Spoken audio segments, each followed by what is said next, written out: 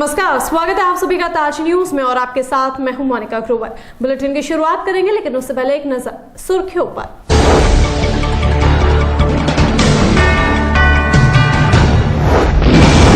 Rana gang पर कसा police प्रशासन का शिकंजा। सिविल पुलिस के साथ एसटीएफ, एटीएस की टीम्स ने भी संभाली कमान। सोल्जर बोर्ड ने मनाया सशस्त्र झंडा दिवस। आश्रित सैनिक परिवारों को मिली सहायता। मेधावी छात्र हुए सम्मानित। कैमरे पर हुई फसीहत के बाद शिक्षा विभाग की खुली नींद। लेखा भवन को तुरंत किया नई इमारत में शिफ्ट। और बाबा साहेब के बताए रास्ते पर चलने का लिया संकल्प। अनुयायियों ने श्रद्धा सुमन अर्पित कर दी भावभीनी श्रद्धांजलि।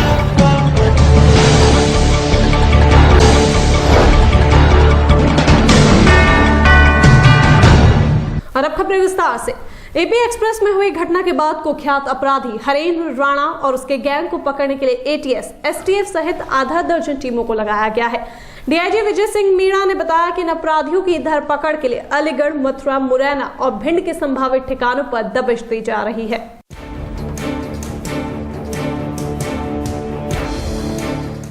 एपी एक्सप्रेस में 5 पुलिसकर्मियों पर अंधाधुंध गोलियां बरसाकर अपने साथी हरेंद्र राणा को छुड़ाकर ले गए गैंग की तलाश में आगरा पुलिस सरगर्मी से लग गई है।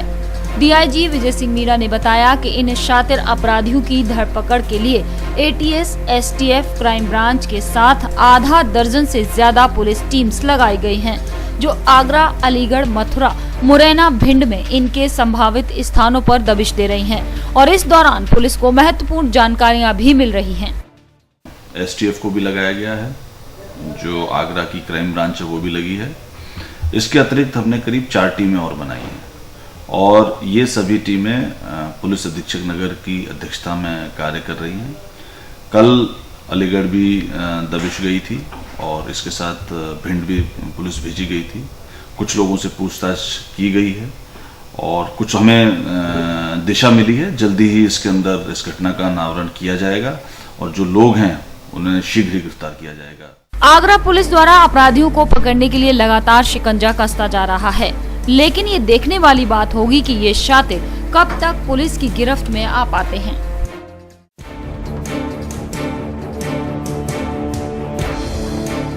पुलिस के लिए चुनौती बने हरेंद्र राणा की पकड़ने के लिए आगरा पुलिस ने अलीगढ़, भिंड सहित कई जगहों पर दबिश दी है। डीआईजी आगरा ने बताया कि इसको पकड़ने के लिए आगरा पुलिस की कई टीमों को लगाया गया है। अब देखना होगा पुलिस इसको कब तक गिरफ्तार कर पाती है। कैमरा पर्सन बाबले भारद्वाज के साथ साजिद, ताज न्यूज, आगरा। एपी एक्सप्रेस में अंधाधुंध फायरिंग कर 5 सिपाहियों को घायल कर फरार होने वाले कुख्यात अपराधी हरेंद्र राणा के आपराधिक इतिहास पर एक नजर।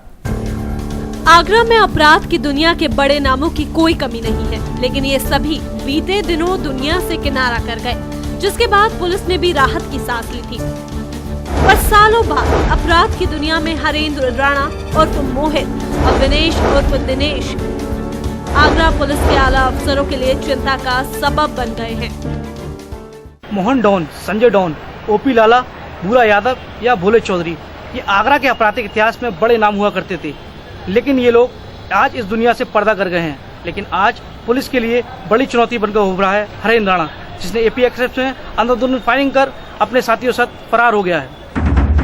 अपराध की दुनिया की सालों पुरानी चिंगारी ज्वाला बनकर जल उठी है।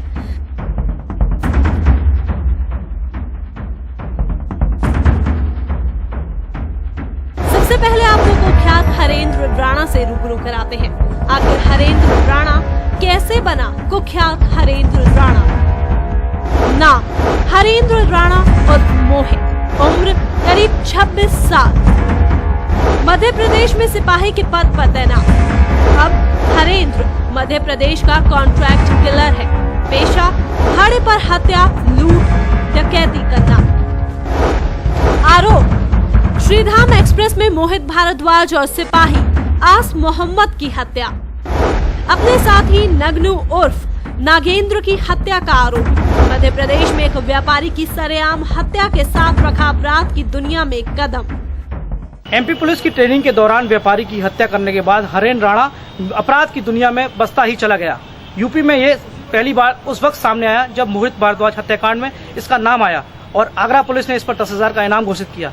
एहमदपुर में इसकी गिरफ्तारी के बाद इससे लूटी हुई दोनों राइफल भी बरामद की गई थी। ऐसा नहीं है कि हरेंद्र राणा और उसके गैंग के सदस्यों को पकड़ना आगरा पुलिस के लिए बड़ी बात है, पर राणा जिस तरह का अपराधी है उसे देखकर ये कहा जा सकता है कि उसे गिरफ्तार करना किसी बड़ी चुनौती से कम नहीं। एपी एक्सप्रेस में अंधाधुंध फायरिंग कर कुख्यात हरेंद्र राणा को छुड़ाने वाले पूरे गैंग को पकड़ने के लिए पुलिस विभाग ने कई टीमें लगाई हैं। एपी एक्सप्रेस में हुई ताजा घटना के बाद आगरा पुलिस हरेंद्र राणा की तलाश में सरगर्मी से जुट गई है। डीआईजी आगरा ने बताया है आधा दर्जन से ज्यादा टीमें हरेंद्र राणा की तलाश में संभावित ठिकानों पर लगातार दबिश दे रही हैं। अब देखना होगा हरेंद्र राणा पुलिस के हत्थे कब तक चढ़ पाता है। कैमरा पर्सन बबलू भारद्वाज के साथ साजिद, ताज न्यूज आगरा।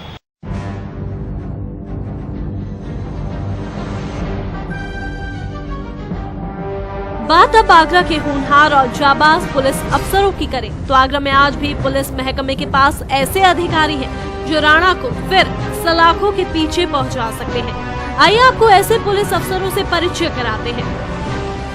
आगरा के जाबाज पुलिस अफसर सब इंस्पेक्टर आलोक शर्मा, पूर्व तैनाती मेरठ, नोएडा, मुजफ्फरनगर, फैजाबाद, वर्तमान तैनाती क्राइम ब्रांच आगरा। बेदाग इनकाउंटर 52। इंस्पेक्टर संतोष यादव, पूर्व तैनाती गाजियाबाद, नोएडा, वर्तमान तैनाती इंस्पेक्टर खेरागढ़। बेदाग इनकाउंटर 40। इंस्पेक्टर भानु प्रताप सिंह चौहान, पूर्व तैनाती आगरा, बदायूं, बरेली। इंस्पेक्टर तस्नीम अहमद रिजवी, पूर्व तैनाती आगरा, फिरोजाबाद, हाथरस, अलीगढ़, वर्तमान तैनाती क्राइम ब्रांच आगरा। हाथरस न्यायालय में 2 का live encounter, out of turn promotion. क्षेत्राधिकारी राम सुरेश यादव और क्षेत्राधिकारी समीर सौरभ। आगरा पुलिस की सर्विलांस टीम भी काफी मजबूत है। यानी आगरा पुलिस महकमे के ये 2 होनहार नाम हैं जिन पर पुलिस महकमे को नाज है। न जाने कितने हरेंद्र राणा से इन पुलिस अफसरों का सामना हुआ और इन्होंने अपराध और अपराधी को जड़ से खत्म कर दिया। आज आगरा पुलिस महकमे के आला अफसर कुख्यात हरेंद्र राणा और उसके गैंग के सदस्यों की तलाश में जुटे हैं, पर आगरा की खाकी वर्दी को खुलेआम ललकारने वाले कुख्यात हरेंद्र राणा और उसके गैंग के अन्य सदस्य कब तक सलाखों के पीछे होंगे, इस पर अभी कुछ भी नहीं कहा जा सकता। छोटी सी बात पर हत्या। वाकया बरेली का है, जहां नाली के विवाद को लेकर बात इतनी बढ़ी कि गोलियां चल गई। हालात इस कदर बिगड़े कि एक युवक की गोली लगने से मौत हो गई तो 2 लोग गंभीर रूप से घायल हो गए। मौके पर पहुंची पुलिस ने मामला दर्ज कर आरोपियों की तलाश शुरू कर दी है। अस्पताल के बिस्तर पर जिंदगी और मौत से जूझता ये युवक और रोते बिलखते लोग, ये नजारा है बरेली के जिला अस्पताल का, जहां महज नाली के विवाद में आज 2 परिवारों के लोग आपस में भिड़ गए और एक युवक की मौत हो गई। दरअसल आज सुबह विशारदगंज के अंटुआ गांव में महज नाली के विवाद को लेकर पड़ोसी से लड़ाई हो गई और इस लड़ाई ने खूनी रूप ले लिया और गोलियां तक चल गईं, जिसमें गोली 3 युवकों को लग गई, जिनमें से एक अली मोहम्मद की मौत हो गई, जबकि 2 लोग घायल अवस्था में जिला अस्पताल में भर्ती कराए गए। में नाली लगा रहे हम बंद कर रहे हैं, करंजा पर नाली लगा रहे, इसी पे मट्टी फैला रहे थे हम उतने अपने खेत गाय को, इतने ऊपर से गोली मार दी। हम सब लोग नीचे खड़े, वो छत पे आके गोली मार दी। गोली मारी एक सकूर, तौखीर, नाजिर, साकिर, एक बसी, तौफीक, ये सब पे। कितने लोगों को गोली लगी? गोली 2 पे गोली लगी है। अच्छा, तो ये इनकी क्या मौत हो गई है? एक जी मौत हो गई बड़े भाई की हमारे, छोटा अस्पताल में, वो गंभीर है। तो उनके पास कितने बंदूकें थी, कितने असले थे? 2 बंदूकें थी। कितने और लोग थे वो? करीब होंगे 20 लोग होते, वो पूरा परिवार था ना, हम तो सब लोग बाहर रहते हैं।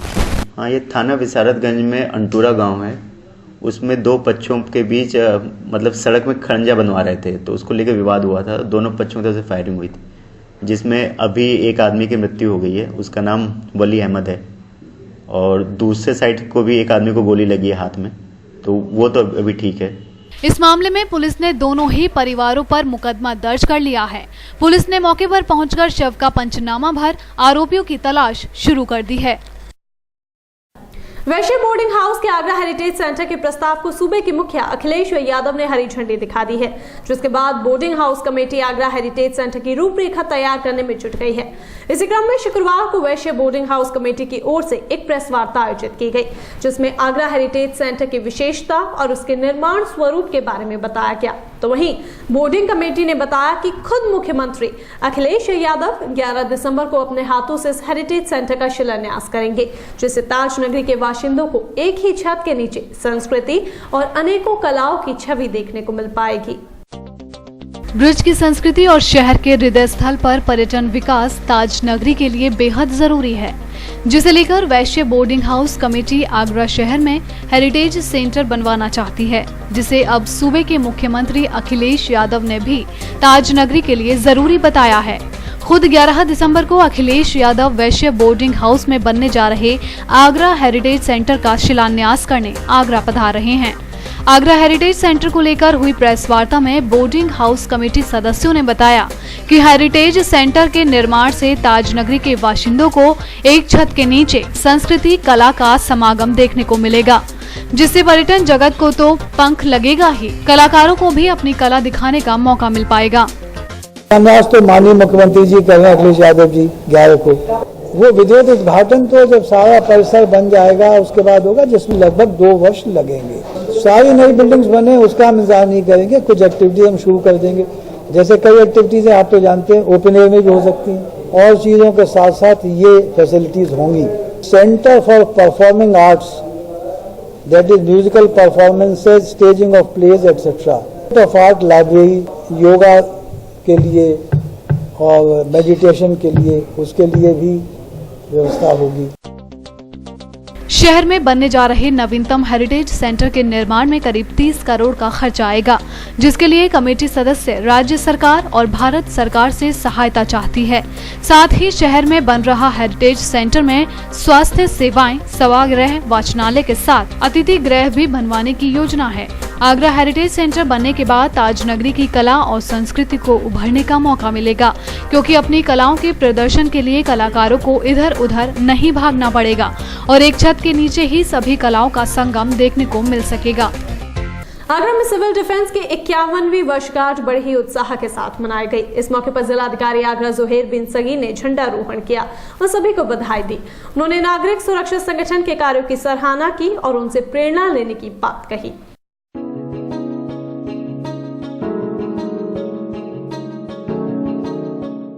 नागरिक सुरक्षा संगठन की 51वीं वर्षगांठ के मौके पर विचार गोष्ठी का आयोजन किया गया, जिसमें सिविल डिफेंस और उसकी क्षमताओं की जमकर सराहना हुई।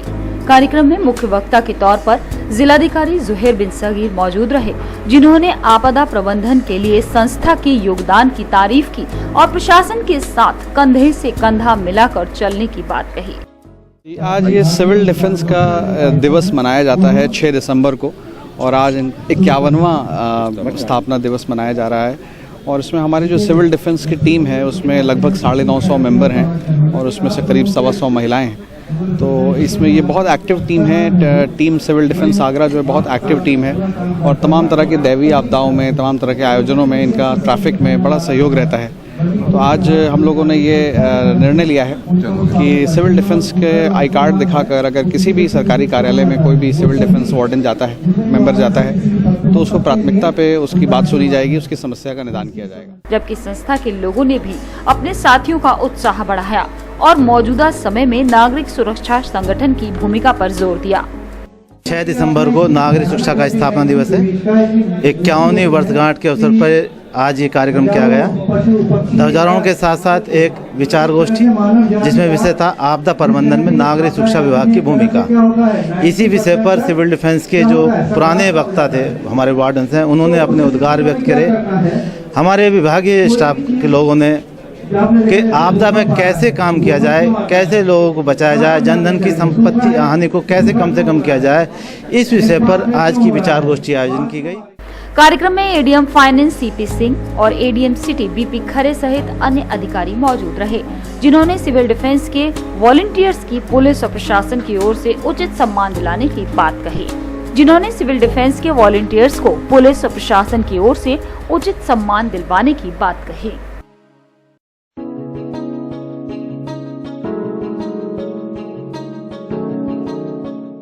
Doctor B R. अम्बेडकर के परिनिर्वाण दिवस पर उनके अनुयायियों ने उन्हें याद किया, जिन्होंने आगरा में कई जगह सभाएं कर उन्हें श्रद्धा सुमन अर्पित किए।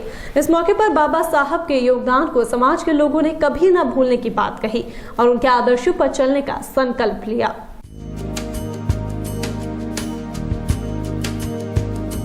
संविधान शिल्पी डॉक्टर भीमराव अंबेडकर के परिनिर्वाण दिवस पर उनके अनुयायियों की आंखें नम थीं। दलितों के मसीहा के रूप में प्रसिद्ध हुए डॉक्टर अंबेडकर को श्रद्धा सुमन अर्पित करते हुए जिन्होंने उन्हें याद किया। मानव सेवा की अलख जगाने वाले बाबा साहेब को स्मरण करते हुए वक्ताओं ने समाज के उत्थान में उनके योगदान पर जोर दिया और उनकी महानता का बखान किया। हम सभी आगरा के प्रबुद्ध लोग यहाँ पर जो बाबा साहब ने हमें रास्ता दिया था, उन रास्तों पर चलने के लिए आज संकल्प लिया है। जिस तरह से बाबा साहब इस देश में सामाजिक परिवर्तन की व्यवस्था लाना चाहते थे, विषमताओं से दूर करना चाहते थे, वो बहुत बड़ा एक बदलाव हुआ है। अभी बदलाव की जरूरत है। हमारा सभी प्रबुद्ध जनों से अनुरोध है कि बाबा साहब के बताए हुए रास्ते पर चलें। भीमराव अम्बेडकर जी का आज परिनिर्वाण दिवस बड़ी धूमधाम के साथ मनाया जाता है। प्रतिवर्ष की बात इस वर्ष भी मनाया गया। सारे ही आगरा शहर के दलित सम्राट नेताओं ने उसमें भाग लिया है, जबकि सामाजिक संस्थाएं भी इसमें पीछे नहीं रहीं, जिन्होंने दलितों को समाज में सम्मानजनक दर्जा दिलाने के लिए हमेशा उन्हें याद रखने की बात कही। आज डॉक्टर बाबा साहब अम्बेडकर की 57वीं परिनिर्वाण दिवस है। आज के दिन बाबा साहब ने 26 अलीपुर रोड पर अपना जो है शरीर छोड़ा था और जो है दिवंगत हो गए थे। उसी परिपाटी को परिवेला को आज के दिन हम मनाते हैं और पूरा जो है देश मनाता है। और पूज्य बाबा साहब डॉक्टर भीमराव अम्बेडकर जी का आज 57वां जन्म परिनिर्वाण दिवस है। ये संदेश देता है कि डॉक्टर अम्बेडकर ने बाबा साहब का जो बताया वो मार्ग है, जो रास्ता दिया, दलितों को, शोषितों को, पीड़ितों को जो सम्मान दिलाया, इस देश को सम्मान दिलाया, इस देश को संविधान दिया, उसके लिए आज हम लोग सारे बैठकर बाबा साहब के चरणों में बैठकर परिनिर्वाण दिवस के दिन, चाहे वो आगरा का किसी पार्टी का हो, समाज सेवी हो, राजनीतिक हो, चाहे व्यापारी हो, सभी लोग यहाँ एकत्रित हुए। गौरतलब है कि 6 दिसंबर 1956 को इस महापुरुष का देहावसान हो गया था। आगरा से भी उनका गहरा नाता रहा। 1956 में वो आगरा आए थे और रामलीला मैदान में दलित समाज के 15वें राष्ट्रीय अधिवेशन को संबोधित किया था। यही वजह है कि आगरा के लोगों में उनके प्रति गहरी आस्था है, जिसे उन्होंने आज परिलक्षित भी किया।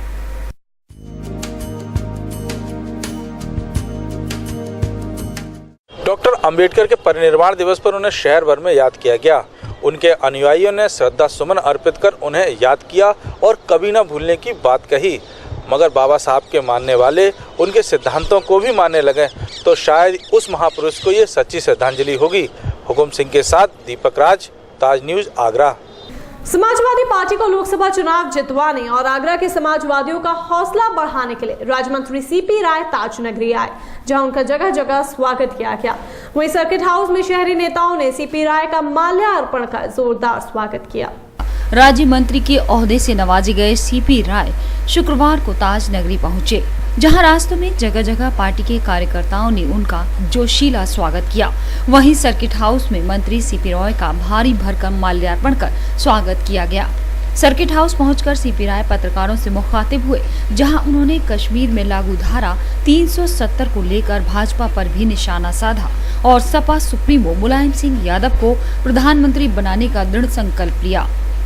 मैं तो पार्टी का महामंत्री हूँ प्रदेश का, और संगठन मुझे लगता है सर्वोपरि है। ये मंत्री पद तो अपनी जगह ले, उसके ऊपर संगठन है, तो पहले से ही जिम्मेदारी मेरे ऊपर बहुत बड़ी जिम्मेदारी है प्रदेश का महामंत्री होने के नाते। ये तो एक साथ में एक टीका है साथ में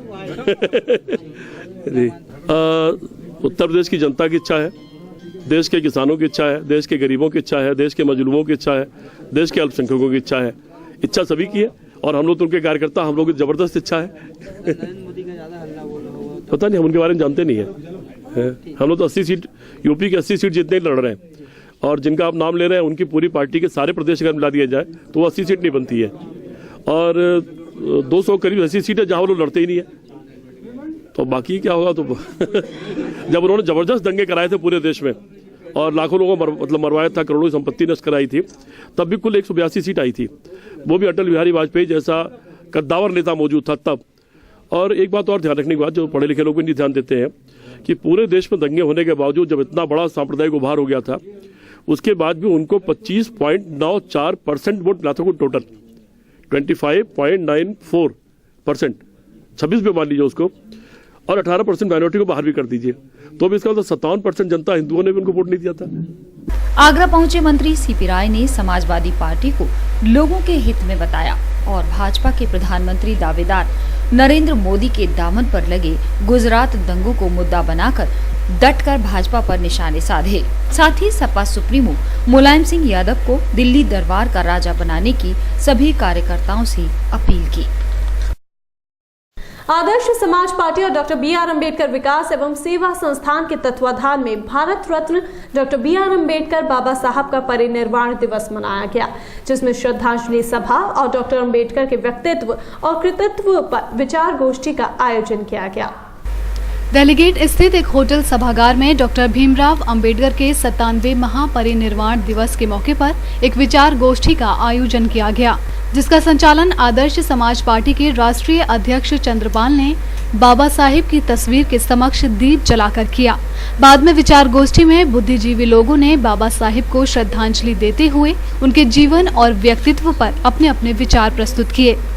संविधान का निर्माण उन्होंने किया और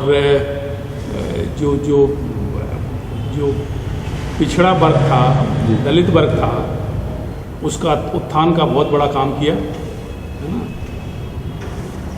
उनके सिद्धांत थे कि शिक्षित हो, संगठित हो और संघर्ष करो।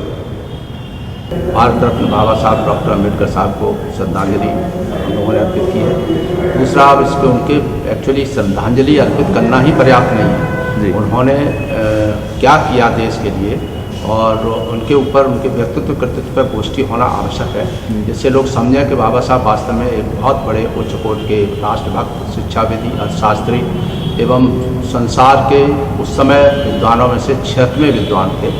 उनके ऊपर उन्होंने कितना बड़ी असमानताओं का सामना करते हुए, जात के आधार पर उनके साथ कितना उत्पीड़न होते हुए भी उन्होंने राष्ट्रभक्ति का कितना बड़ा उदाहरण पेश किया। बाबा साहिब डॉक्टर भीमराव अंबेडकर ने अपना पूरा जीवन दबे कुचले दलित लोगों को उनका हक और सम्मान दिलाने में व्यतीत कर दिया।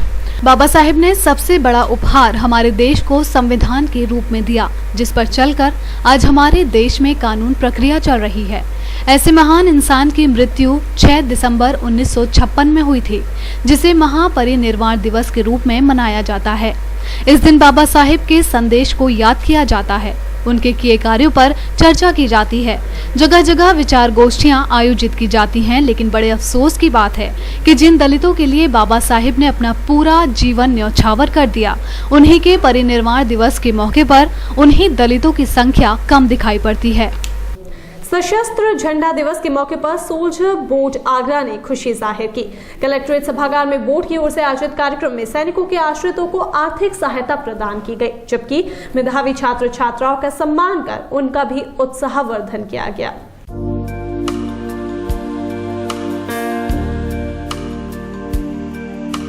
कलेक्ट्रेट सभागार में आयोजित कार्यक्रम में सोल्जर बोर्ड ने सैन्य परिवारों का मनोबल बढ़ाया। सशस्त्र झंडा दिवस के मौके पर संपन्न हुए इस प्रोग्राम में पूर्व और वर्तमान सैनिक व उनके परिजन भी मौजूद रहे, जिनके क्रियाकलापों के लिए सैनिक कल्याण बोर्ड ने उनकी हौसला अफजाई की।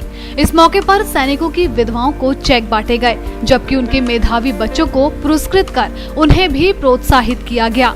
अधिकारियों के प्रोत्साहन से बच्चों में भी एक नई ऊर्जा का संचार हुआ, जिन्होंने सभी के साथ अपने अनुभव बांटे। लॉन्च किया था और उसी का के साथ मैं ऑस्ट्रेलिया गया था, जिसमें हमने भारत का नेतृत्व किया वर्ल्ड सोलर चैलेंज 2011 में, जो कि एक 3000 किलोमीटर की रेस थी। वहाँ से लौटने के बाद क्योंकि हम उस वर्ल्ड सोलर चैलेंज में world most economic solar car, दुनिया के सबसे ज़्यादा इकोनॉमिक सोलर कार का अवार्ड हम जीत कर आए थे, तो यहाँ भारत सरकार द्वारा हमें प्रोत्साहन मिला। गौरतलब है कि हर साल 6 दिसंबर को सशस्त्र झंडा दिवस के रूप में मनाया जाता है, जिसमें सैनिक बोर्ड सैनिक परिवारों के साथ मिलकर उनके सुख व दुख बांटते हैं। आज भी एडीएम प्रोटोकॉल राधा कृष्ण की मौजूदगी में वीर जवानों की हिम्मत और साहस को सलाम किया गया और उनसे प्रेरणा लेने की बात कही गई।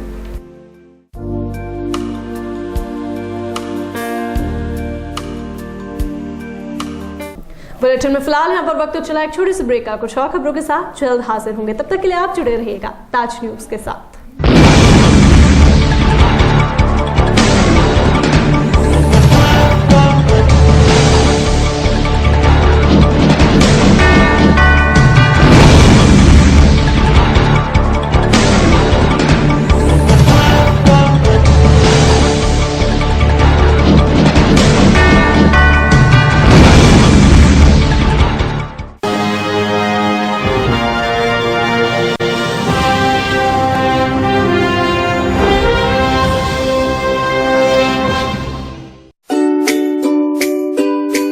वर्षों से विश्वसनीय आत्माराम निस्सान मोटर्स अपने शोरूम में लेकर आए हैं निस्सान के latest luxury car models.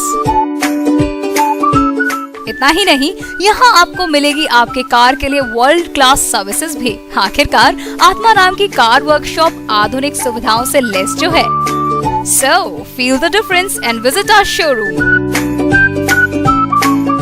Atmaram Nissan, a division of Atmaram Motors Private Limited, plot number 6602/2, Artoni near Shastripuram Flyover, NH2 Agra. And you can mail us to atmaramnissan.co.in. Call 0562264017, 8057906100.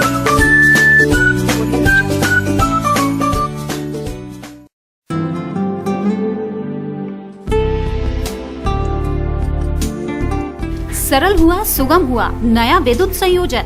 अब Torrent power में नया विद्युत संयोजन का आवेदन करना और भी सरल हुआ।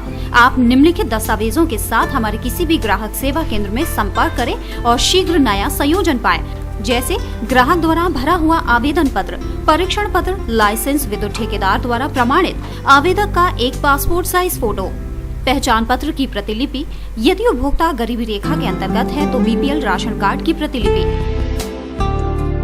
जहां संयोजन अपेक्षित है उस जगह पर कोई बकाया राशि न होने का घोषणा पत्र 10 रुपए के स्टाम्प पेपर पर, अपेक्षित परिसर का स्वामित्व प्रमाण पत्र की प्रतिलिपि या उसके अभाव में 100 रुपए के स्टाम्प पेपर पर क्षतिपूर्तिबद्ध पत्र।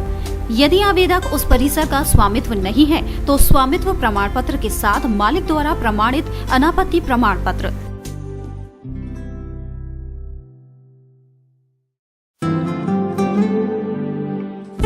हमारे ग्राहक सेवा केंद्र का पता है पूर्वानंद प्लाजा, राम रघु हॉस्पिटल के सामने, चर्च रोड, आगरा, 49 सदर बाजार, शिवहरी रोड, शॉपिंग आउटलेट के सामने, आगरा और 286 जयपुर हाउस, एडीए कार्यालय के निकट, आगरा। हमारा हेल्पलाइन नंबर है 056224245554।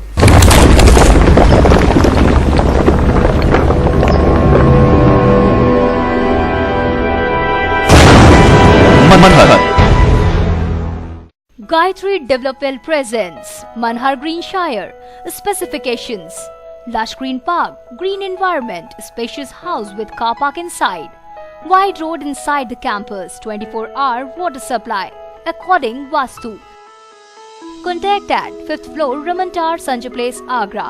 Contact number 9219696623. Dot number 0562400437. विदरिया Ram ji गजक वाले आगरा ताजगंज की प्रसिद्ध शुद्ध घी से निर्मित व मेवा से भरपूर चीनी की स्वादिष्ट गजक। हमारे उत्पाद कुरेमा गुड़ की गजक, स्पेशल चीनी की गजक, स्पेशल गुड़ की गजक, मूंगफली की चिक्की, स्पेशल रबड़ी। संपर्क करें विदरिया राम जी गजक वाले, गल्ला मंडी के पास, ताजगंज, आगरा। तो खुदरा बुकिंग के लिए संपर्क करें 9368683276 और 9412264038।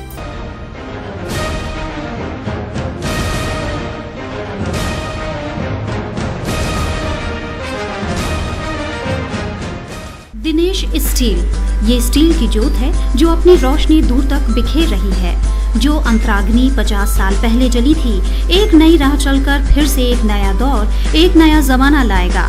Steel authority of India limited, Dinesh steel, Khatena road, Loha Mandi, Agra. Mobile number 9319055814 and phone number 0562400972।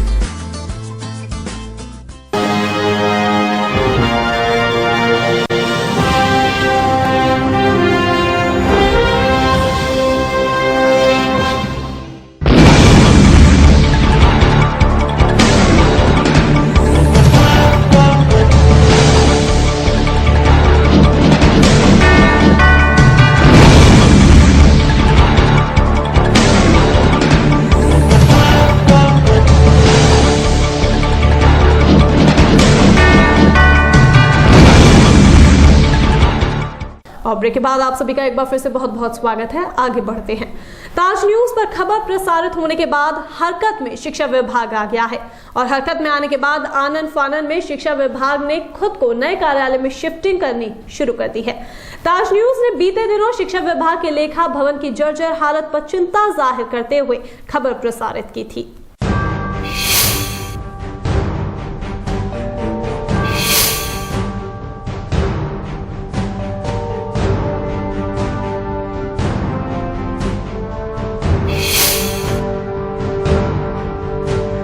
Building बनी हुई है, उनका लेटर आया था, हम शिफ्ट होना चाहते हैं। हमारी तरफ से जवाब चला गया कि आप कभी भी शिफ्ट हो जाएं।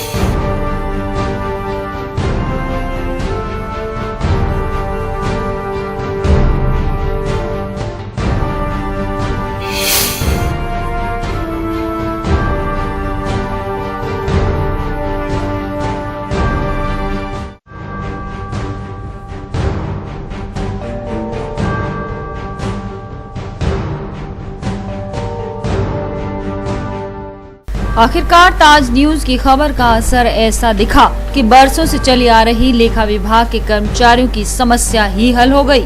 ताज न्यूज ने 5 दिसंबर को लेखा विभाग की जर्जर बिल्डिंग के बारे में एक खबर प्रमुखता से प्रसारित की थी।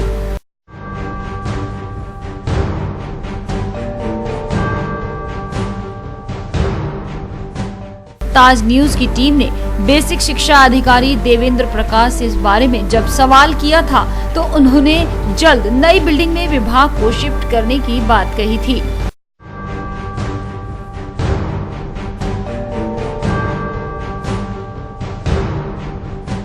खबर का असर ऐसा हुआ कि खबर प्रसारित होने के ठीक एक दिन बाद यानी 6 दिसंबर को बीएसए कार्यालय की नई बिल्डिंग में फाइलें रखी जाने लगी। बिल्डिंग बनी हुई है, उनका लेटर आया था, हम शिफ्ट होना चाहते हैं। हमारी तरफ से जवाब चला गया कि आप कभी भी शिफ्ट हो जाएं। अगर वो हमको लेटर भेजते हैं और कहते हैं कि मतलब हम कब शिफ्ट हो जाएं और आपसे जो इस तरह के क्वेश्चन करते हैं उनको नहीं करना चाहिए, क्योंकि जिस दिन बिल्डिंग का माननीय मंत्री जी ने उद्घाटन किया था उसी दिन लेखा विभाग के जो लेखा अधिकारी महोदय और उनके जो वरिष्ठ जो लेखाकार हैं उन्होंने आकर के अपने जो कक्ष निर्धारित थे उनमें उन्होंने ताले डाले थे जो ताले नहीं डालने चाहिए थे। और जब उन्होंने ताले डाल दिए तो मतलब कोई भी लेटर हमारे पास भेजना और किसी भी तरह के कोई क्वेश्चन करना, ये तो आप स्वयं ही मतलब जानते हैं कि किस तरह का होना चाहिए। इस नई इमारत का उद्घाटन बीते दिनों बीएसए शिक्षा मंत्री राम गोविंद चौधरी कर चुके हैं, लेकिन शिक्षा विभाग के आला अधिकारियों की मनमानी की वजह से कई महीने बीत जाने के बाद भी नई बिल्डिंग में ताला पड़ा हुआ था। ताज न्यूज के कैमरे की नजर जब विभाग की इस लापरवाही पर पड़ी तब ताज न्यूज ने अपने स्लोगन आईना सच का के मुताबिक खबर प्रमुखता से प्रसारित की।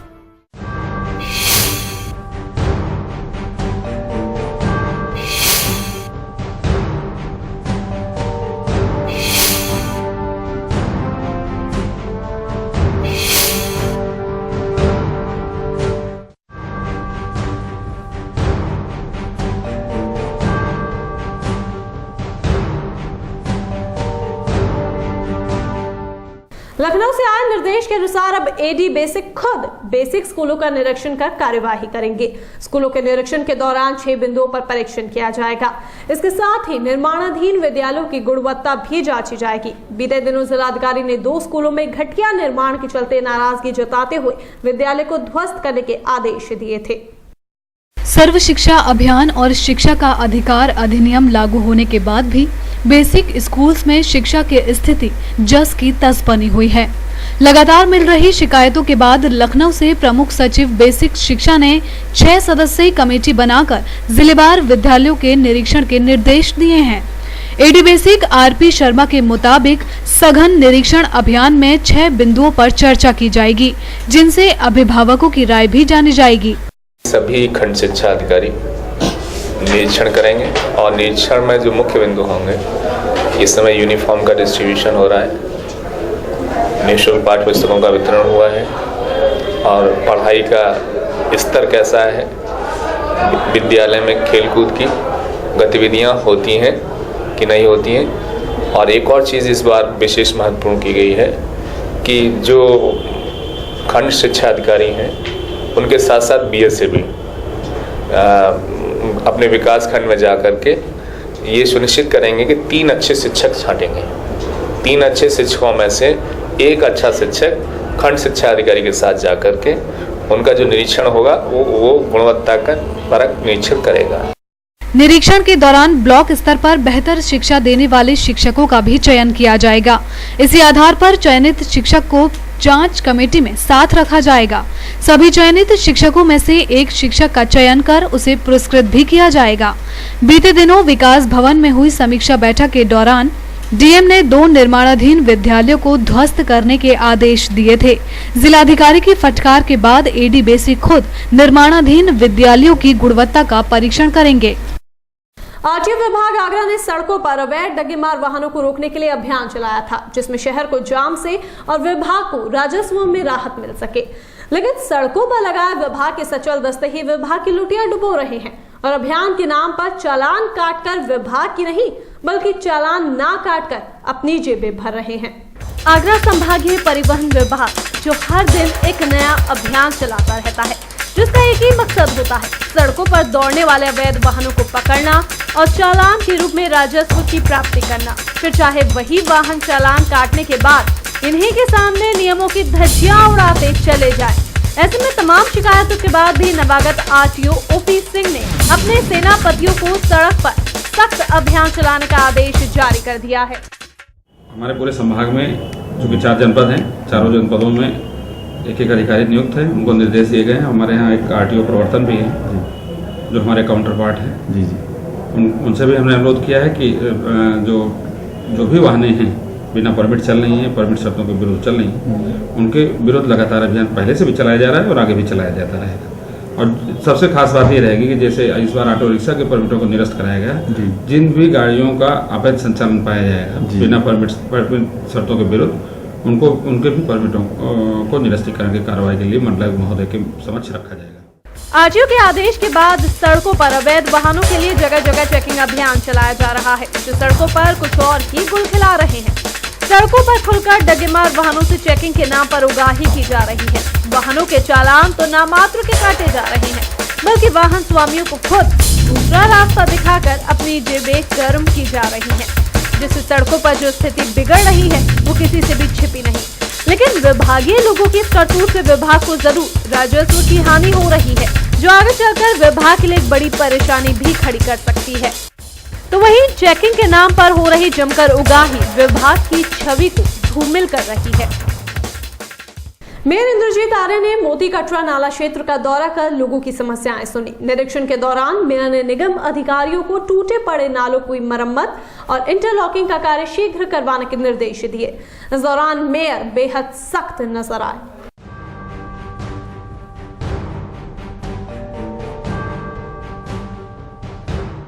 शहर की कई मलिन बस्तियों में रहने वाले लोग गंदगी और टूटी सड़कों की वजह से नारकीय हालत में जीने को जीवन मजबूर हैं। मेयर इंद्रजीत आर्य ने ऐसी ही मलिन बस्ती नाला मोती कटरा का निरीक्षण किया। निरीक्षण के दौरान मेयर के साथ निगम अधिकारी भी मौजूद रहे। उन्होंने जन समस्याएं सुनते हुए अधिकारियों को जल्द काम पूरा करने के निर्देश दिए। निरीक्षण के दौरान गंदगी और नाले की टूटी दीवार देखकर मेयर का पारा चढ़ गया। उन्होंने जल्द निर्माण कार्य कराने की बात कही। ये प्रजापति समाज और बाल्मीकि समाज, मुस्लिम समाज तीनों का बहुत घनी आबादी का मोहल्ला है। यहाँ रोड की जर्जर हालत है। काफ़ी टाइम से इसका हमने सर्वे किया था। इसका ये शुक्रगुजार टेंडर हो चुके हैं, बहुत जल्दी इसका निर्माण कार्य होगा। ये बहुत बड़ा मोती कटरा नाला, मंटोला नाला, लोहा मंडी नाले, बहुत बड़े बड़े नाले हैं। यहाँ तमाम हादसे होते रहते हैं। अभी भी सेंटर में एक जगह नाला टूटा है जहाँ शादी होने वाली भी है। कोई अप्रिय घटना ना हो, उसको निर्माण कार्य शुरुआत वहीं से करवा दिया जाए ताकि यहाँ कोई हादसा ना हो। निरीक्षण के दौरान गंदगी की समस्या पर मेयर चिंतित नजर आए। उन्होंने शहर भर में सफाई अभियान चलाने की बात भी कही। मेयर ने नाले के किनारे पर घूमकर क्षेत्रीय लोगों की समस्याएं सुनी। अब देखना ये होगा कि मेयर का ये दौरा क्षेत्रीय लोगों के लिए कितना फायदेमंद साबित होता है।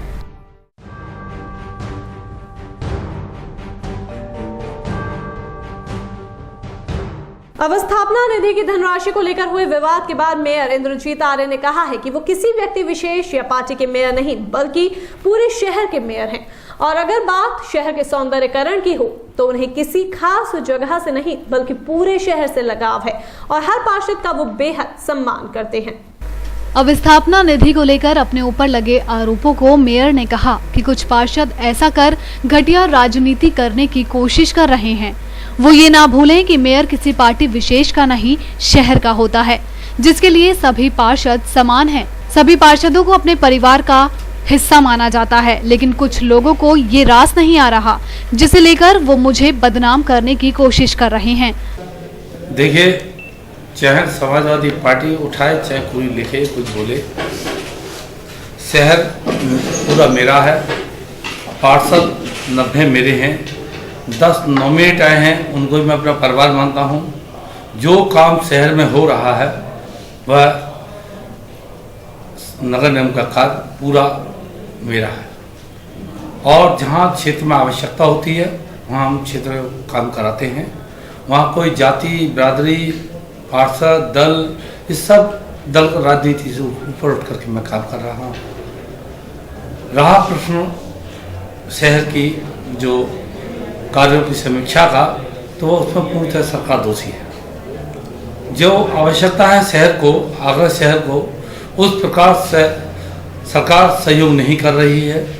उत्तर प्रदेश में, संपूर्ण उत्तर प्रदेश में जहाँ जहाँ मेयर है वहाँ उसी तरह का काम किया जा रहा है। बिल्कुल राजनीतिक चश्मे को लगा करके काम किया जा रहा है और नगर निगम में काम ज़्यादा ना हो, मेयर सफल ना हो, यह लड़ाई सरकार की और उत्तर प्रदेश के मेयर होगी। गौरतलब है कि आगरा शहर के महापौर शायद इतना शहर के काम नहीं आए जितना विरोधी दलों के पार्षदों के काम आए। यही कारण है कि कभी नगर निगम में होने वाली बैठकों को गंभीरता से न लेने के लिए तो कभी शहर की सुध न रखने के आरोप में महापौर पर लगातार आरोप लगते आ रहे हैं। अगर ऐसे ही महापौर आरोपों से घिरते रहे तो कहीं ऐसा ना हो कि इसका खामियाजा आगामी 2014 के चुनावों में शहर की सीट पर चुनाव लड़ने वाले प्रत्याशी को भुगतना पड़े। ताजनगरी में सड़क पर आवारा घूमने वाले पशुओं के लिए निगम एक अभियान चलाने जा रहा है। इसके तहत इन पशुओं को निगम एक सुरक्षित जगह पर रखेगा, जिससे न सिर्फ इन बेजुबानों को सर्दी, गर्मी और बरसात से राहत मिलेगी, बल्कि कई बार सड़क हादसों में जान से हाथ धोने की संभावना पर भी विराम लग जाएगा। ये जानकारी ताज न्यूज के माध्यम से निगम के पशु चिकित्सा अधिकारी ने दी। शहर में यहाँ वहाँ आवारा घूमते हुए पशुओं को आपने अक्सर देखा होगा। इनमें कुछ तो ऐसे होते हैं जो कभी भी हमला बोल देते हैं, जिसके चलते ना जाने कितने लोग अब तक घायल हो चुके हैं और ना जाने कितने लोग अब तक अपनी जान गंवा चुके हैं, जिसे नगर निगम में आए दिन पशु चिकित्सा अधिकारी SS सारस्वत ने खुद कहा कि अब ऐसे पशुओं को आवारा नहीं घूमने दिया जाएगा जो किसी की जान के लिए खतरा हो सके। लेकिन हम लोग जल्द ही एक अभियान चलाकर इन्हें पकड़कर अपने स्थान पर पहुंचाएंगे। इतना ही नहीं, ये आवारा पशु कोहरे में भी किसी की जान के लिए खतरा ना बन पाए, इसलिए ये अभियान चलाया जाएगा। देखिए, हम अभियान तो प्रतिदिन चलाते हैं। हमारी गाड़ियां प्रतिदिन जो है हमारे जो है सवेरे से ही निकल जाती हैं और इन आवारा जानवरों को पकड़ने का प्रयास कर रहे हैं हम जो है। और आप लोग और भी प्रकाश जैसे हम लोगों को जो है सूचनाएं जहां जहां से मिलती रहेंगी, हम जो है उन अभियानों के तहत हर हालत में उन पशुओं को पकड़ें। गौरतलब है कि ये आवारा पशु कई बार लोगों की जान ले चुके हैं, तो कई बार उन्हें घायल कर उन्हें अस्पताल तक पहुंचा चुके हैं। इतना ही नहीं, सर्दियों के मौसम में कई बार हादसे भी इन्हीं आवारा पशुओं के कारण होते हैं, जिसे लेकर नगर निगम अब गंभीर नजर आ रहा है। ये अभियान कितना सफल हो पाता है, ये तो अभियान शुरू होने के बाद ही कहना उचित होगा। शहर के अतिक्रमण को लेकर अब प्रशासन ने सख्त रुख अपनाते हुए इसे हटाने का मन बना लिया है, जिसकी शुरुआत राजा मंडी बाजार से की जाएगी, जिसे लेकर प्रशासन ने बाजार कमेटी के साथ बैठक कर उन्हें कुछ समय तक का वक्त दिया है ताकि वो अपनी दुकान के सामने हुए अतिक्रमण को हटा सके।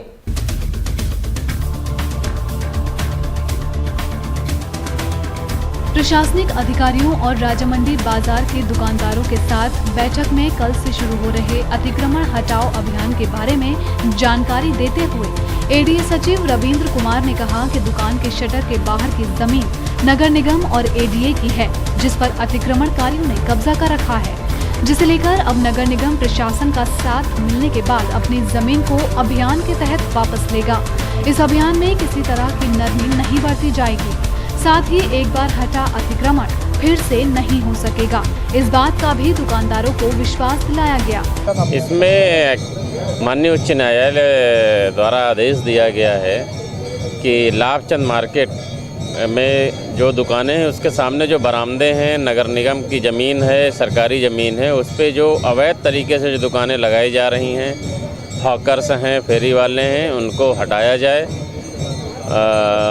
और इसी के क्रम में आज यहाँ के लोगों के साथ बैठक की गई और उनको माननीय उच्च न्यायालय के आदेशों से अवगत करा दिया गया और उनको एक बार अपना सामान स्वयं हटा देने के लिए कहा गया है। आज रात का वक्त उनको दिया गया है। कल से सारी टीमें एडीए की, नगर निगम की, मजिस्ट्रेट्स, पुलिस, सारे लोग मिलके वो जितने भी अवैध अतिक्रमण है उसको हटवाएंगे। इस दौरान बाजार कमेटी की ओर से कहा गया कि पूरे शहर में अतिक्रमण है और बार बार हटाया जाता रहता है, लेकिन ऐसे अभियानों के बाद अतिक्रमण फिर से हो जाता है। इसे कैसे रोका जाएगा? जिस पर एसपी सिटी पवन कुमार ने कहा कि इस बार पूरे अभियान की वीडियोग्राफी करवाई जाएगी, साथ ही एक रजिस्टर बनाकर उस पर पूरी जानकारी भी लिखी जाएगी। इसके साथ ही एक सूची संबंधित थाने को भी दी जाएगी ताकि इस तरह के अतिक्रमणों को रोका जा सके। ताज न्यूज द्वारा पूछे गए सवाल की ये व्यवस्था तो पहले से ही है, लेकिन इलाकाई पुलिस की मिलीभगत के चलते ऐसा कुछ नहीं हो पाता, जबकि कोर्ट के आदेशानुसार कार्यवाही न करने वाले थानाध्यक्ष पर ही कार्यवाही का प्रावधान है। तो उनका कहना था कि इस तरह पुलिस अकेले अतिक्रमण को नहीं रोक सकती, हमें भी बाजार के लोगों का सहयोग चाहिए। साथ ही दोबारा अतिक्रमण होने पर इसकी सूचना तुरंत वरिष्ठ अधिकारियों के संज्ञान में डालें ताकि कार्यवाही की जा सके। नहीं, जिम्मेदारी थानों को देने से अगर काम हो जाए तो शायद अब तक पूरे देश का अतिक्रमण हट चुका होता। अकेले जिम्मेदारी सौंप देने से, लाद दिए जाने से जिम्मेदारी पूरी नहीं होती है। अतिक्रमण जो समस्या है देश में वो इतनी गंभीर है जो अकेले पुलिस के दम पर उससे मुक्त नहीं करवाया जा सकता है। इसलिए सभी डिपार्टमेंट और सभी एजेंसीज मिलके ये अतिक्रमण अभियान जो चला रही है, हाई कोर्ट का भी इसमें जो आदेश है उसके तहत, तो ये कल सुबह से हमारा अभियान चलेगा। एक बार खाली होने के बाद दोबारा ना लगे, इस चीज़ की जिम्मेदारी चीफ सेक्रेटरी साहब के ऑर्डर से थानों को सौंपी गई है, लेकिन वो तभी संभव है जब जो हट रहा है उसकी प्रॉपर रिकॉर्डिंग हो, वीडियो रिकॉर्डिंग हो, उसका एक रजिस्टर बनना है जिसमें सीमाएं लिखी जानी है कि कहाँ तक किसी का सामान रहना है, कहाँ तक किसी का निर्माण रहना है, ताकि थानाध्यक्ष को ये सीमा ध्यान रहे। इन जनरल केस में क्या होता है कि कोई अतिक्रमण है या नहीं है, इसके बारे में सीमा निर्धारण करने का पुलिस का कोई अधिकार नहीं है। पुलिस नहीं बता सकती कि ये ज़मीन किसकी है, तो ज़मीन संबंधित एजेंसी ही बताती है कि ये इस पे अतिक्रमण है या नहीं है। इसलिए हमेशा टीम के साथ काम होता है। अब ये अतिक्रमण हटने के बाद रजिस्टर बनता है, रजिस्टर में पूरी डिटेल लिखी जाती है, वीडियोग्राफी होती है, वो रिकॉर्डिंग जब थाने में रहेगी तो उसके बाद ये क्लियर रहेगा कि ये यहाँ तक है, यहाँ तक नहीं है, तब थानाध्यक्ष उसकी जिम्मेदारी लेगा और उसके बाद भी अगर लगता है तो उसमें थानाध्यक्ष के खिलाफ कार्रवाई का भी प्रावधान है। इस बैठक के बाद व्यापारी किस तरह की रणनीति बनाते हैं या इस अभियान को किस तरह से लेंगे, ये तो कल अभियान शुरू होने के बाद ही पता चल सकेगा। लेकिन इस बैठक के बाद बाजार कमेटी के लोगों की नींद जरूर उड़ गई है, क्योंकि उनके पास सिर्फ आज रात का ही समय है। बहरहाल ये अभियान कितने दिन चल पाता है ये तो आने वाला वक्त ही बताएगा। और बुलेटिन में खबरों का सिलसिला यूं ही जारी रहेगा, पर फिलहाल यहाँ पर वक्त चला एक ब्रेक का।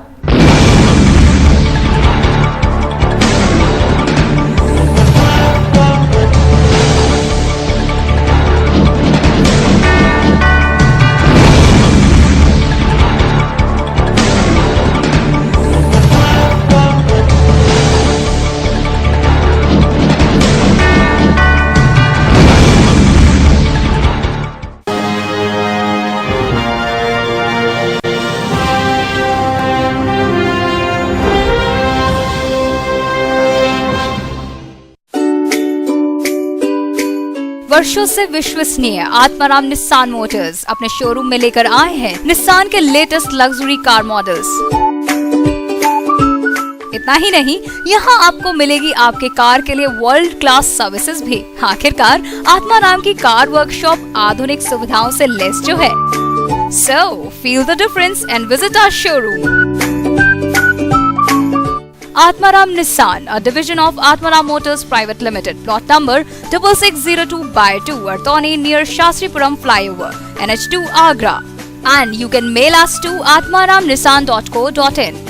Call 0562264017, 8057906100.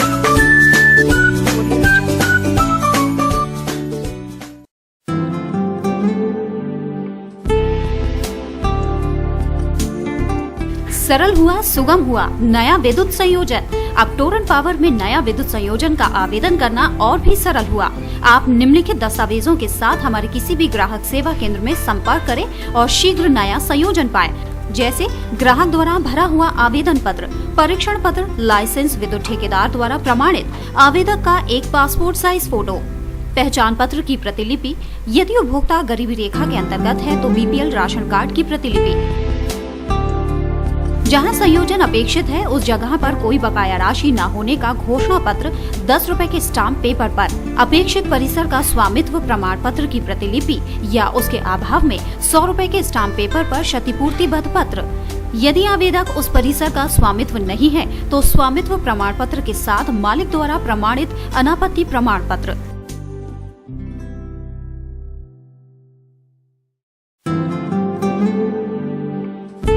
हमारे ग्राहक सेवा केंद्र का पता है पूर्वानंद प्लाजा, राम रघु हॉस्पिटल के सामने, चर्च रोड, आगरा, 49 सदर बाजार, शिवहरी रोड, शॉपिंग आउटलेट के सामने, आगरा और 286 जयपुर हाउस, ADA कार्यालय के निकट, आगरा। हमारा हेल्पलाइन नंबर है 056224245554।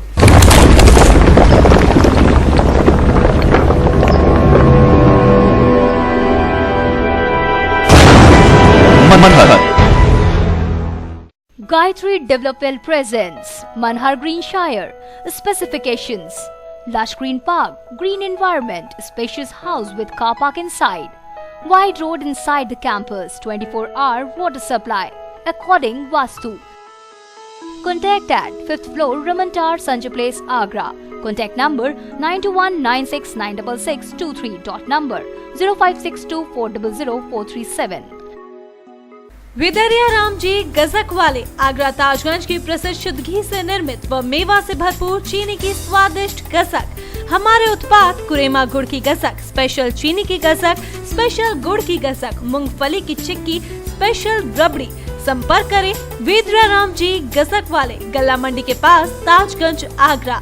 तो खुदरा बुकिंग के लिए संपर्क करें 9368683276 और 9412264038।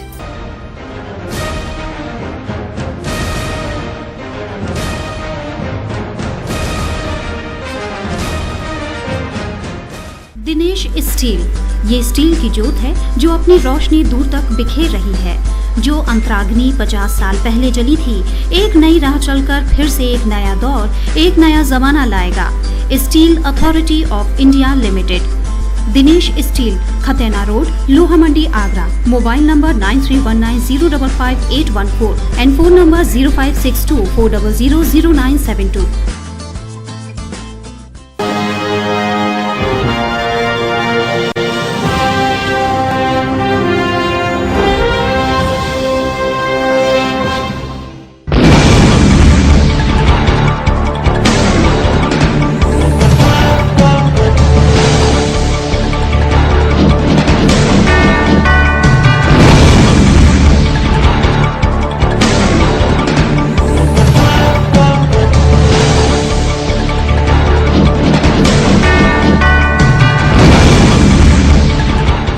और ब्रेक के बाद आप सभी का स्वागत है। अगली खबर का रुख करते हैं। उच्च न्यायालय खंडपीठ की मांग को लेकर अधिवक्ता दूसरे दिन भी हड़ताल पर रहे। हड़ताल के बाद बैठक कर अधिवक्ताओं ने आंदोलन की आगामी रणनीति तय की, जिसमें सर्वसम्मति से सूबे के मुख्यमंत्री अखिलेश यादव के आगरा आगमन पर काले झंडे दिखाने की रणनीति शामिल है। उच्च न्यायालय खंडपीठ स्थापना संघर्ष समिति के बैनर तले आज दूसरे दिन भी आगरा के अधिवक्ता न्यायिक कार्य से विरत रहे, जहां जुलूस निकालकर न्यायिक कार्य ठप कराया गया। उसके बाद खंडपीठ संघर्ष समिति की आगरा बार हॉल दीवानी में सभी बार एसोसिएशन की बैठक की गई। बैठक में सभी अधिवक्ताओं ने एक राय होकर जसवंत सिंह आयोग की रिपोर्ट को लागू करवाने के लिए कोई भी कुर्बानी देने का ऐलान किया। आज की मीटिंग में हमने 10 तारीख को बाहर के मंडल के बार एसोसिएशंस को आमंत्रित किया। 9 तारीख को हमारा एक कार्यक्रम रहेगा दीवानी कैंपस के आसपास, जिसमें कि रेल रोको, सड़क रोको प्रस्तावित है। वो कार्यक्रम कल फाइनलाइज करेंगे। 11 तारीख को मुख्यमंत्री के आगरा आगमन पर उनका विरोध किया जाएगा। ये क्योंकि उन्होंने पिछली बार हाईकोर्ट विभाजन की बात को कहा था कि मैं हाईकोर्ट विभाजन के पक्ष में नहीं हूँ, इसके विरोध में हम उनका घेराव करेंगे। जी देखिए कि पूरे पार्लियामेंट का जो सत्र चल रहा है और इसमें हमारा ये प्रयास है और निर्णय भी है कि 10 तारीख को हमने विस्तारित सभी जनपदों की एक्शन कमेटी की मीटिंग बुलाई है। इसीलिए आज हमने पूरे आगरा जनपद के जितने भी बार एसोसिएशन हैं उनके पदाधिकारियों और रजियों को बुलाया था और उसमें ये तय हुआ है कि हम 10 तारीख को अपना ये प्रस्ताव रखेंगे कि पार्लियामेंट पर प्रदर्शन हो और उसकी तारीख तय करेंगे।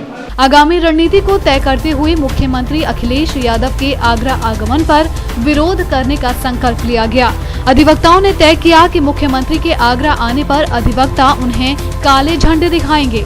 इसके साथ ही संघर्ष समिति के सदस्यों ने शीतकालीन सत्र के दौरान संसद भवन के सामने प्रदर्शन करने की रणनीति बनाई। अखिल भारतीय ब्राह्मण महासभा ने होटल गोवर्धन में एक पत्रकार वार्ता का आयोजन किया गया। अखिल भारतीय ब्राह्मण महासभा ने होटल गोवर्धन में एक पत्रकार वार्ता का आयोजन किया, जिसमें बताया गया कि हर बार की तरह इस बार भी ब्राह्मण महासभा हो गया। अखिल भारतीय ब्राह्मण महासभा ने होटल गोवर्धन में एक पत्रकार वार्ता का आयोजन किया, जिसमें बताया गया कि हर बार की तरह इस बार भी ब्राह्मण महासभा आगामी 8 दिसंबर को ब्राह्मण युवक युवती परिचय सम्मेलन कराने जा रही है, जिनको 14 फरवरी को परिणय सूत्र में बांधा जाएगा। अखिल भारतीय ब्राह्मण महासभा पिछले 2003 से इस परिचय सम्मेलन को करती आ रही है और अपना अगला 11वां युवक युवती परिचय सम्मेलन 8 दिसंबर को करने जा रही है।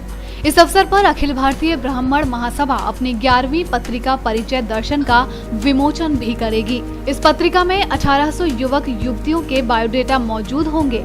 इस पत्रिका का विमोचन परशुराम इंटर कॉलेज में प्रधानाचार्य शलभ शर्मा करेंगे। 8 दिसंबर 2013 को अखिल भारतीय ब्राह्मण महासभा अपना 11वां परिचय सम्मेलन करेंगे। इसकी एक पत्रिका भी हम छापते हैं, जितना बायोडाटा कलेक्ट होता है प्रतिवर्ष छापते हैं। उसकी 11वीं परिचय पत्रिका का विमोचन डॉक्टर श्रीमान शलभ शर्मा द्वारा, जो मैनेजमेंट में है परशुराम इंटर कॉलेज में, उनके द्वारा किया जाएगा 12 बजे। परिचय सम्मेलन सुबह 9 बजे से शाम 5 बजे तक चलेगा। इस बार पत्रिका में 1807 बायोडाटा हमें प्राप्त हुए हैं, जिसमें 1116 लड़कों के हैं और 691 लड़कियों।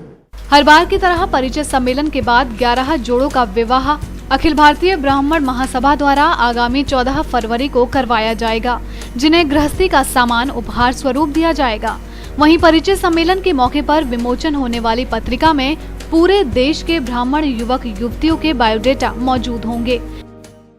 स्कूली बच्चों से सफाई कराने का मामला गर्माता जा रहा है, जिसमें फंसी शिक्षिका इस जंजाल से निकलने के लिए सभी हथकंडे अपना रही है। यहां तक कि शिक्षिका खुद बचपन बचाओ अभियान के कार्यालय में अपने समर्थकों के साथ मामला रफा दफा करने तक जा पहुंची।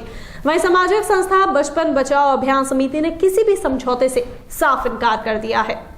स्कूली बच्चों से कराई गई सफाई का मामला बेहद संगीन होता जा रहा है।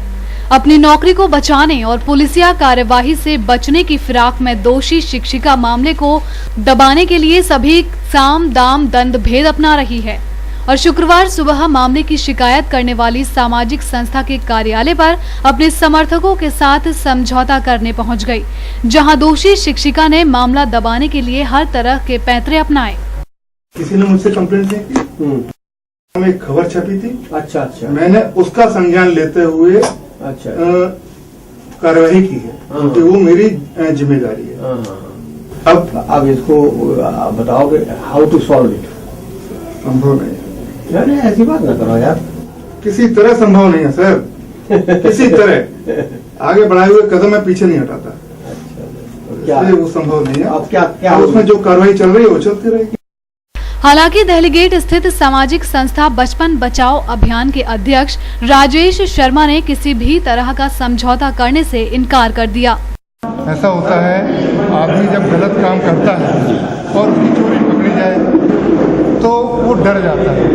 अब उनको दिख रहा है कि उनकी नौकरी खतरे में है, इसलिए वो हमसे रिक्वेस्ट करने आई थी कि जो तहरीर हमने थाने में दी है उसे हम वापस। लेकिन बचपन बचाओ अभियान का उद्देश्य ही बच्चों की हित के लिए कार्य करना है। अगर उनका कहीं अहित होगा तो उसमें कहीं किसी प्रकार का कॉम्प्रोमाइज बचपन बचाओ अभियान नहीं करेगा। दरअसल मामला 2 दिन पहले का है, जहां उर्मिला देवी ने स्कूली बच्चों से स्कूल में झाड़ू लगवाई थी, जो किसी समाचार पेपर में छप गई थी। इसी के तहत सामाजिक संस्था के लोगों ने क्षेत्रीय थाने में शिक्षिका के खिलाफ शिकायत दर्ज कराई थी। मामले की जानकारी होते ही बीएसए ने इस ओर कार्यवाही करते हुए जांच के आदेश भी दे दिए थे। वहीं शिक्षिका उर्मिला देवी खुद को बेगुनाह बता रही हैं। अब सवाल उठता है कि अगर उर्मिला देवी बेगुनाह है तो उन्होंने उस समाचार पत्र के कार्यालय या क्षेत्रीय थाना या शिक्षा भवन जाना क्यों मुनासिब नहीं समझा?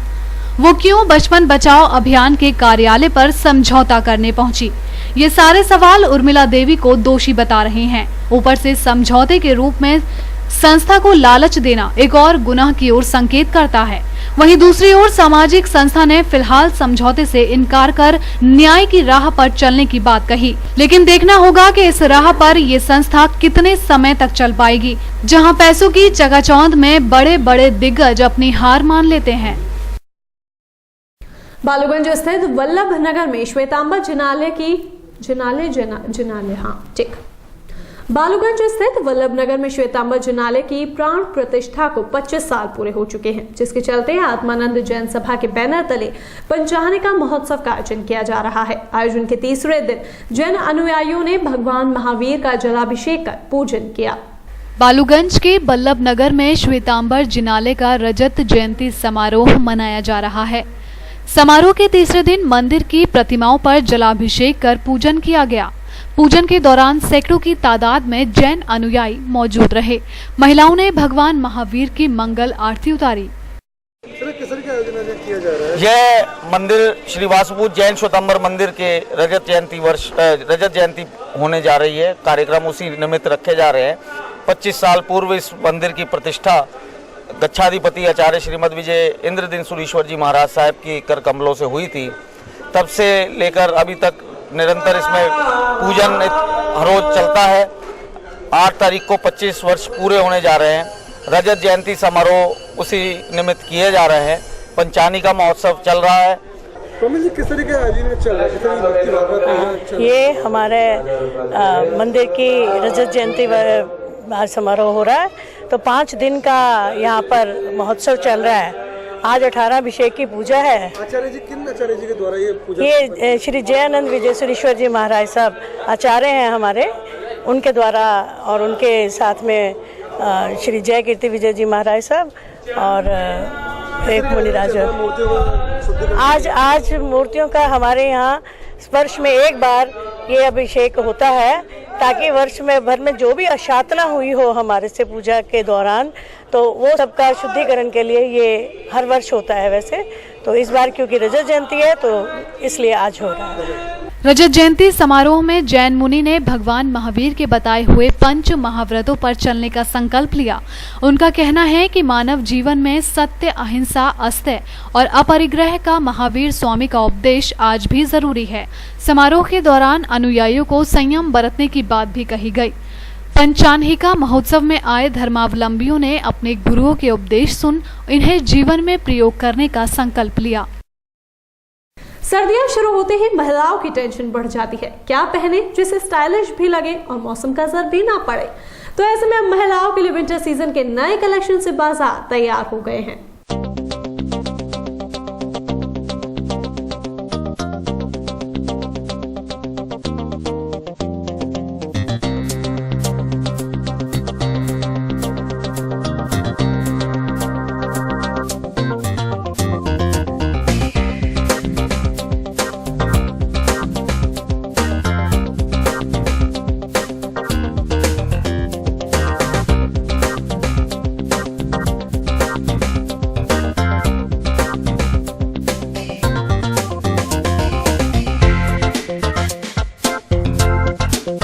चेतना सेवा समिति के तत्वाधान में 8वां सर्व समाजीय अंतरजातीय सामूहिक विवाह समारोह 15 दिसंबर को पचकोइयां स्थित माथुर वैश्य महासभा भवन में होना है।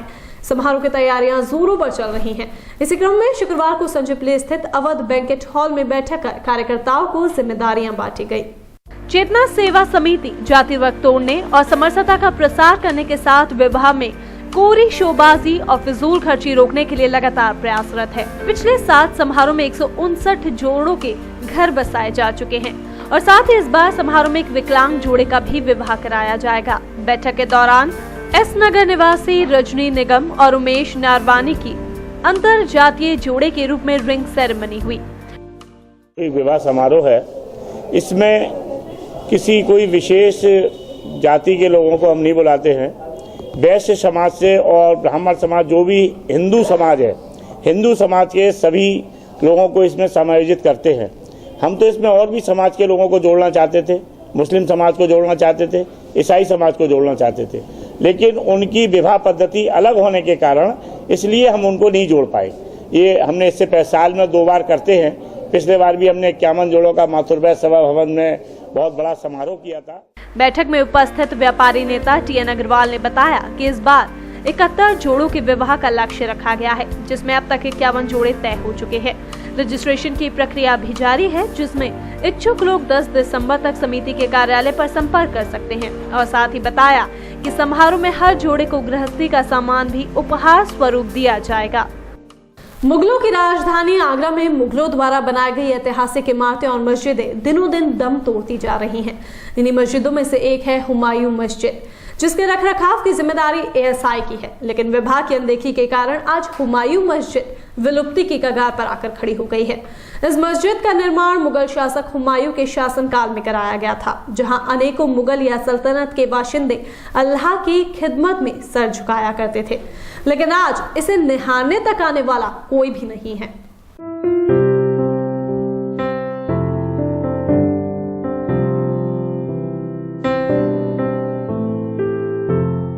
मुगल सल्तनत की नींव में सहयोग करने और सल्तनत का संचालन करने वाले मुगल बादशाह हुमायूं के राज्याभिषेक के समय बनवाई गई हुमायूं मस्जिद का इतिहास काफी पुराना है। कहते हैं कि हुमायूं मस्जिद का निर्माण सन 1530 में कराया गया था, जब बादशाह हुमायूं को मुगल वंश की गद्दी मिली थी। मस्जिद के निर्माण का खर्चा शेख जैन खुआफी ने उठाया था, जो बाबर का एक महत्वपूर्ण सामंत और प्रसिद्ध कवि था। हुमायूं मस्जिद के निर्माण का उद्देश्य मुगलों की धार्मिक आवश्यकताओं की पूर्ति स्वरूप कराया गया, जहां मुगल सल्तनत का हर एक व्यक्ति नमाज अदा किया करता था। हुमायूं मस्जिद आज कचपुरा में स्थापित है, लेकिन मुगलिया समय में इस जगह को काबुल के नाम से जाना जाता था। अपनी आत्मकथा बाबरनामा में खुद बाबर ने इस बात का जिक्र किया है। हुमायूं मस्जिद एक पंचमुखी मस्जिद है, जो पूर्णतः ईंट और चूने की बनी है। मस्जिद के ऊपर श्वेत प्लास्टर किया गया था, जो अब झड़ चुका है। इसके मुख्य कक्ष की मुखार पर एक भव्य ईवान है, जो इतना ऊंचा था कि जिसके कारण मस्जिद की मुख्य गुंबद पीछे छिप जाती थी। हुमायूं मस्जिद की रूपरेखा वैसी ही है जैसी दिल्ली की बेगमपुरी मस्जिद और जौनपुर की सरकी वंश की मस्जिदों में दिखाई देती है। और बुलेटिन में खबरों का सिलसिला यहीं पर समाप्त होता है, लेकिन ताजा तरीन खबरें जानने के लिए आप जुड़े रहिए ताज न्यूज के साथ। फिलहाल के लिए इजाजत दीजिए।